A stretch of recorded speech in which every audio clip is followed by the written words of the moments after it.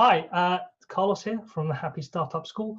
Now, I have the privilege of being on a webinar, a video call with Paul Jarvis. I was fascinated by the ideas of his book. We're looking to do a webinar to share the ideas that he's talking about.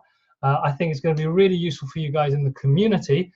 But before we do this, I just wanted to introduce him to you guys, and well, actually get him to introduce himself and tell you a bit more about the ideas behind the book.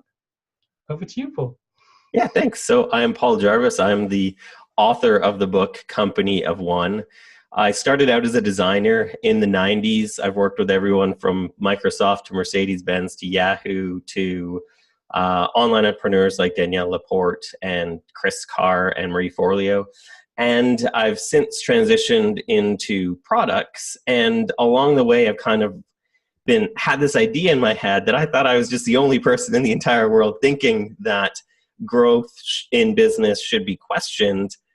And then I started to write about it. And then I realized that there's a lot of other people who are like myself and even like Carlos, because we've been talking about this before recording this, and we have kind of very similar ideas where growth isn't necessarily a bad thing. But if there is an introspection first, then you can end up building a business you may not actually like running.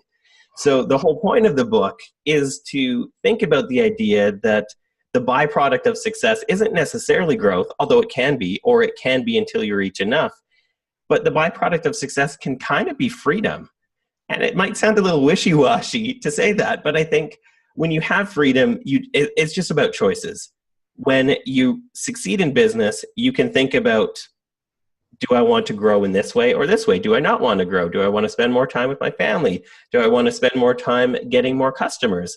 And that's really the point of the book. That's really the point of the way that I do business in general as well. And all of that really resonates with what we hold dear at the Happy Startup School.